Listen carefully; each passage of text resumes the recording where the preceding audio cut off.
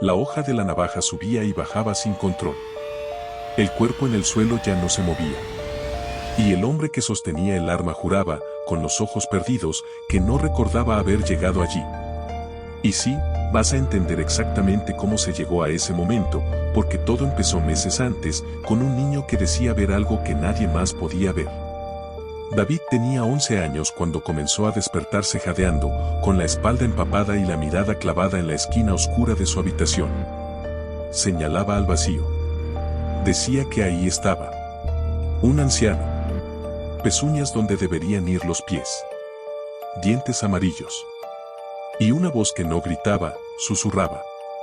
Siempre lo mismo. Que algún día volvería por su alma. Al principio pensaron que eran pesadillas. Pero entonces aparecieron los moretones. Marcas violáceas en brazos y pecho que nadie podía explicar. Por lo tanto, las noches se volvieron vigilias. Nadie dormía.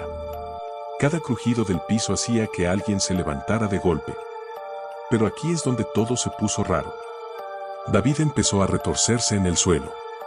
El cuerpo rígido. Los dedos doblándose en ángulos imposibles. De su garganta salían palabras que nadie en la habitación entendía. No eran gritos. Era como si alguien más estuviera usando su boca. Por eso llamaron a Eddie Lorraine Warren. Durante los rituales, el aire se volvía pesado. Las velas temblaban aunque no hubiera viento. David se arqueaba hacia atrás con una fuerza que obligaba a varios adultos a sujetarlo. Y siempre estaba ahí Arne, mirando la escena con los puños cerrados, la mandíbula apretada, incapaz de hacer nada mientras el niño se destruía frente a sus ojos. Escucha bien esta parte, porque lo cambia todo. En medio de uno de esos rituales, cuando David empezó a convulsionar otra vez, Arne dio un paso al frente. La voz le salió rota, pero firme. Dijo que lo dejara en paz. Que si necesitaba un cuerpo, tomara el suyo. El niño cayó inmóvil. El silencio fue inmediato. Pero Arne empezó a respirar como si el aire no le alcanzara. Desde ese día, algo en él se apagó. Se quedaba mirando fijamente la pared.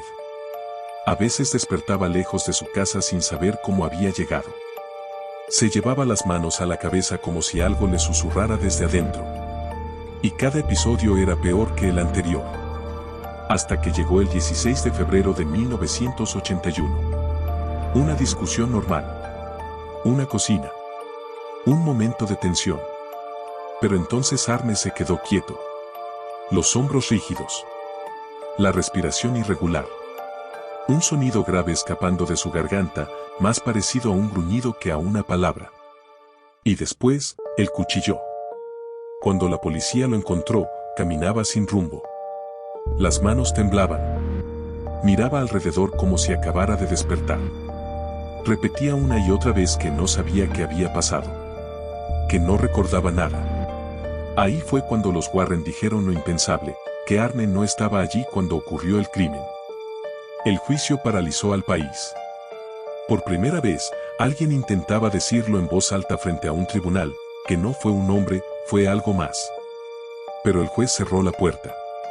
Demonios, espíritus, posesiones, nada de eso tenía lugar en una corte. Arne fue condenado. Pero hasta el final sostuvo lo mismo. Que aquel día, cuando la hoja subía y bajaba, él no era quien sostenía el arma. Y la pregunta sigue ahí, flotando en silencio. Si no fue él, ¿quién estaba realmente dentro de su cuerpo? Si quieres más historias reales donde la línea entre lo humano y lo inexplicable se rompe, mira el siguiente video. Aquí, cada historia deja una cicatriz nueva.